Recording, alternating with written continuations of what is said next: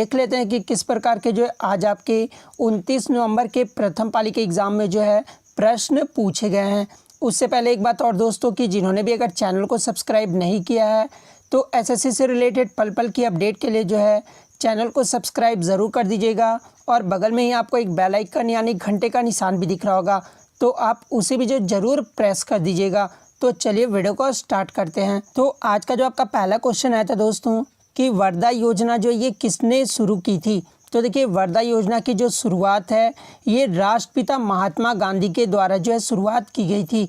तो महात्मा गांधी जो आपका यहाँ पे करेक्ट आंसर हो जाता।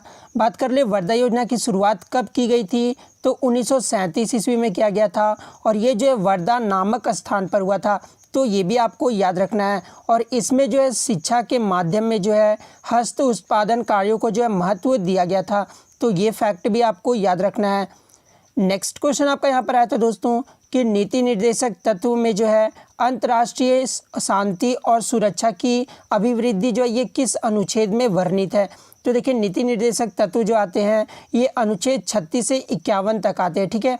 और इसमें पूछा गया था कि अंतर्राष्ट्रीय शांति और सुरक्षा में अभिवृद्धि जो है ये किस अनुच्छेद में वर्णित है। तो देखिए ये जो है अनुच्छेद 51 में वर्णित है।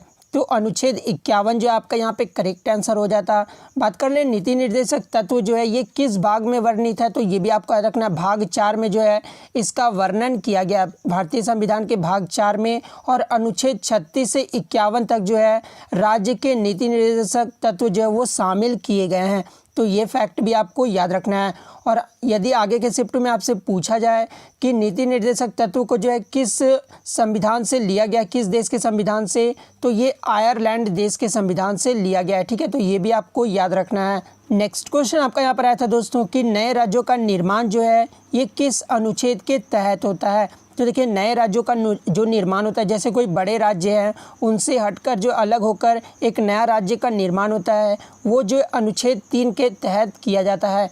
तो अनुच्छेद 3 जो आपका यहाँ पे करेक्ट आंसर हो जाता। बात कर ले अनुच्छेद 1 में क्या वर्णित है, तो देखिए अनुच्छेद 1 में जो है संघ का नाम और राज्य क्षेत्र जो है वर्णित है। तो ये भी आपको याद रखना है। नेक्स्ट क्वेश्चन आपका आया था दोस्तों कि सुनहरी क्रांति यानी गोल्डन रेवोल्यूशन जो है ये किससे संबंधित है। तो देखिए सुनहरी क्रांति जो है ये बागवानी उत्पादन से संबंधित है, जिसमें आपका विशेषकर जो है फल और सब्जी आ जाते हैं, ठीक है। तो बागवानी उत्पादन जो आपका यहाँ पे करेक्ट आंसर हो जाएगा और इसे जो है शहद उत्पादन में भी जोड़ा जाता है, ठीक है। तो ये भी आपको याद रखना है। और भी अन्य रिवॉल्यूशन है जहाँ से आपके प्रश्न पूछे जाते, हो सकता है आगे के शिफ्टों में आपसे पूछ दिया जाए कि हरित क्रांति जो है ये किससे संबंधित है। तो ये खाद्यान्न उत्पादन जिसमें गेहूँ और धान की पैदावार में जो है वृद्धि हुई थी, ठीक है। तो ग्रीन रेवोल्यूशन किससे संबंधित है, तो खाद्यान्न उत्पादन से संबंधित है। श्वेत क्रांति जो ये किससे संबंधित है, तो दुग्ध उत्पादन से संबंधित है। तो ये भी आपको याद रखना है। पीली क्रांति यानी येलो रिवॉल्यूशन जो है ये किससे संबंधित है, तो ये जो है तेलों और तिलहन फसल में के उत्पादन से संबंधित है। तो ये भी आपको याद रखना है। नीली क्रांति ब्लू रिवॉल्यूशन जो है ये किससे संबंधित है, तो ये मत्स्य उत्पादन में वृद्धि से संबंधित है। नेक्स्ट आपका गुलाबी रिवॉल्यूशन भी पूछा जाता है। तो पिंक रिवॉल्यूशन जो है ये किससे संबंधित है, तो ये जो है प्याज और झींगा मछली के उत्पादन से संबंधित है। और यदि अगर आगे के शिफ्ट में आपका एग्ज़ाम है तो आप जो कमेंट करके ज़रूर बताइएगा कि ब्लैक रिवॉल्यूशन जो है ये किससे संबंधित है। ये जो आपको कमेंट करके जवाब देना है। नेक्स्ट क्वेश्चन आपका था दोस्तों कि भारत की जो है 5वीं सबसे बड़ी नदी कौन सी है। तो देखिए भारत की जो 5वीं सबसे बड़ी नदी है ये नर्मदा नदी है। तो नर्मदा नदी जो आपका यहाँ पे करेक्ट आंसर हो जाएगा। और भारत की सबसे बड़ी नदी अगर पूछा जाए तो फिर गंगा जो आपका यहाँ पे करेक्ट आंसर हो जाएगा। नेक्स्ट क्वेश्चन आपका यहाँ पर आया था दोस्तों कि ऐसा यूनिट पूछा गया था थर्मोडायनेमिक्स टेम्परेचर का, ठीक है। तो देखिए टेम्परेचर का जो ऐसा यूनिट होता है वो केल्विन होता है। तो केल्विन जो आपका यहाँ पे करेक्ट आंसर हो जाएगा। ये बहुत ही इजी क्वेश्चन आया था आपका यहाँ पे। नेक्स्ट आपका आया था कि ट्रांजिस्टर जो ये किस पीढ़ी के कंप्यूटर में प्रयोग किया जाता है। तो देखिए ये जो ट्रांजिस्टर था ये द्वितीय पीढ़ी के कंप्यूटर में प्रयोग किया जाता था। तो द्वितीय पीढ़ी जो आपका यहाँ पे करेक्ट आंसर हो जाता। आगे और इम्पॉर्टेंट पीढ़ियों के बारे में आप जान लीजिए जहाँ से आपके प्रश्न पूछे जा सकते हैं। तो प्रथम पीढ़ी में जो है वैक्यूम ट्यूब का जो है यूज़ किया जाता था, ठीक है। तो ये भी आपको याद रखना है। द्वितीय पीढ़ी में जो है ट्रांजिस्टर का यूज़ किया जाता था।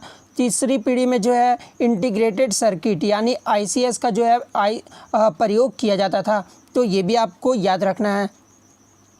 नेक्स्ट क्वेश्चन आपका है था दोस्तों कि प्राथमिक विद्यालयों में जो है मध्यमा भोजन योजना शुरू करने वाला भारत का पहला राज्य कौन सा है।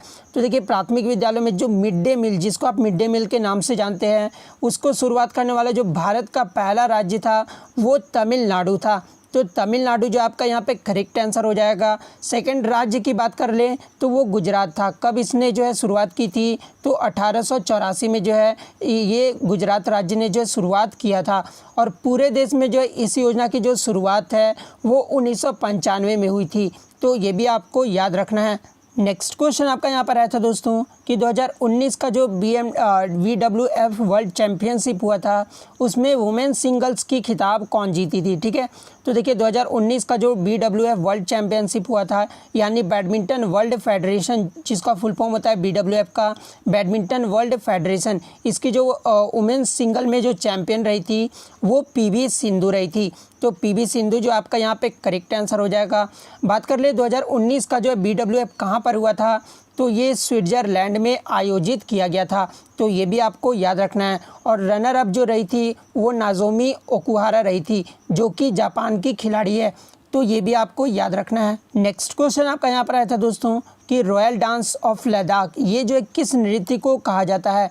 तो देखिए रॉयल डांस ऑफ लद्दाख जो है ये सेंडोल नृत्य को कहा जाता है। तो सेंडोल नृत्य जो है आपका यहाँ पे करेक्ट आंसर हो जाता।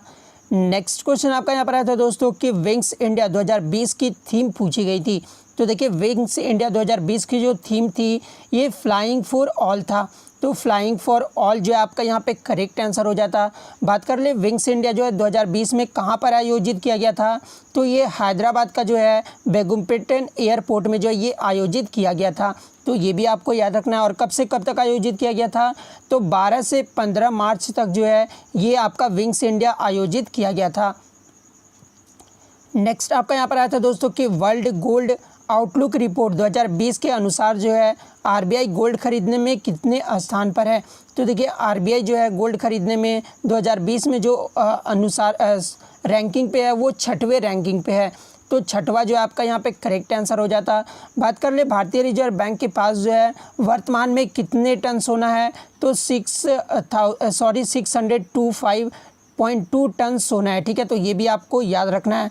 टोटल जो है भारत के पास अभी रिजर्व बैंक के पास जो है वर्तमान में 625 टन सोना है। और अन्य 5 देश जो भारत से ऊपर हैं, तो पहला तो आपका चीन हो गया, दूसरा आपका रसिया हो गया, तीसरा आपका कजाकिस्तान हो गया, चौथा आपका तुर्की हो गया और 5वां जो है वो पोलैंड है। और 6ठे नंबर पे जो आपका भारत है, जो कि 6ठे स्थान पर है।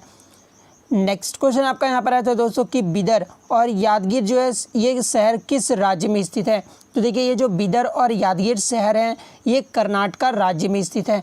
तो कर्नाटक जो आपका यहाँ पे करेक्ट आंसर हो जाता। नेक्स्ट क्वेश्चन आपका आया था दोस्तों कि रानी की वाव जो है ये किस नदी के किनारे है। तो देखिए रानी की वाव जो है ये गुजरात राज्य के पाटन ज़िले में स्थित है। ठीक है, और ये किस नदी के किनारे स्थित है, तो ये सरस्वती नदी के किनारे स्थित है। तो सरस्वती नदी जो है आपका यहाँ पे करेक्ट आंसर हो जाएगा। आगे के शिफ्ट में अगर आपसे पूछा जाए कि रानी की वाव जो ये किस राज्य में है, तो ये गुजरात राज्य में है। ठीक है, और ये जो एक बावड़ी है, ठीक है, तो ये भी आपको याद रखना है। और इसे जो है जुलाई 2018 में RBI द्वारा 100 रुपये के नोट पर जो है चित्रित किया गया है। तो अगर पूछा जाए कि रानी की वाव जो है किसके नोट पर जो है चित्रित किया गया है, तो 100 रुपये के नोट पर जो है इसका चित्रण किया गया है। और इसे जो है यूनेस्को के विश्व विरासत स्थल में भी जो है शामिल किया गया था। कब किया गया था, तो 2014 में जो है इसे विश्व विरासत स्थल में शामिल किया गया था। नेक्स्ट क्वेश्चन आपका यहाँ पर आया था दोस्तों कि 1930 में जो है महात्मा गांधी ने कौन सा आंदोलन किया था। तो देखिए 1930 में जो है महात्मा गांधी के द्वारा जो है सविनय अवज्ञा आंदोलन की शुरुआत की गई थी। तो सविनय अवज्ञा आंदोलन जो आपका यहाँ पे करेक्ट आंसर हो जाता। ये सविनय अवज्ञा आंदोलन कब हुआ था, तो 6 अप्रैल 1930 को जो है किया गया था। तो ये भी आपको याद रखना है। और इसे जो है नमक कानून के उल्लंघन के साथ ही जो है शुरू किया गया था। तो ये भी आपको याद रखना है। और आगे के शिफ्ट में अगर आपसे पूछा जाए कि गांधी इरविन समझौता जो ये कब हुआ था, तो ये 5 मार्च 1931 को हुआ था। तो ये भी आपको याद रखना है। और इसके अंतर्गत ही जो है इस आंदोलन सविनय अवज्ञा आंदोलन को जो है समाप्त कर दिया गया था। नेक्स्ट क्वेश्चन आपका है तो दोस्तों कि रजमनामा किस ग्रंथ को फारसी अनुवाद है? तो देखिए ये जो रजमनामा जो है ये महाभारत का फारसी अनुवाद है, तो महाभारत जो आपका यहाँ पे करेक्ट आंसर हो जाता। नेक्स्ट क्वेश्चन आपका यहाँ पर आता है दोस्तों कि a shot at history my obsessive journey to Olympic golds, ये जो है किसकी आत्मकथा है? तो देखिए ये शॉट एट हिस्ट्री जो आत्मकथा है ये अभिनव बिंद्रा की आत्मकथा है, तो अभिनव बिंद्रा जो आपका यहाँ पे करेक्ट आंसर हो जाएगा। बात कर ले अभिनव बिंद्रा के बारे में, तो इन्होंने जो है 10 मीटर एयर राइफल में गोल्ड मेडल जीता था। कब जीता था? 2008 के बीजिंग ओलंपिक में जीता था, तो ये भी आपको याद रखना है। नेक्स्ट आपका यहाँ पर आया था दोस्तों कि भारतीय स्वास्थ्य विभाग में जो है अधिकारी WHO में जो है चीफ साइंटिस्ट कौन है? WHO का जो फुल फॉर्म होता है वो वर्ल्ड हेल्थ ऑर्गेनाइजेशन होता है, ठीक है। और इसमें जो चीफ साइंटिस्ट है भारत की वो सौम्या स्वामीनाथन यादव है, तो सौम्या स्वामीनाथन यादव जो आपका यहाँ पे करेक्ट आंसर हो जाता।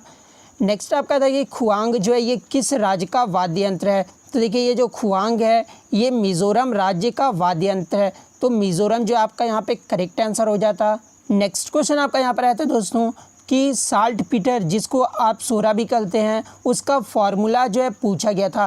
तो देखिए साल्ट पीटर का जो फार्मूला होता है वो पोटासियम नाइट्रेट होता है, यानी KNO3 होता है, तो KNO3 जो आपका यहाँ पे करेक्ट आंसर हो जाता।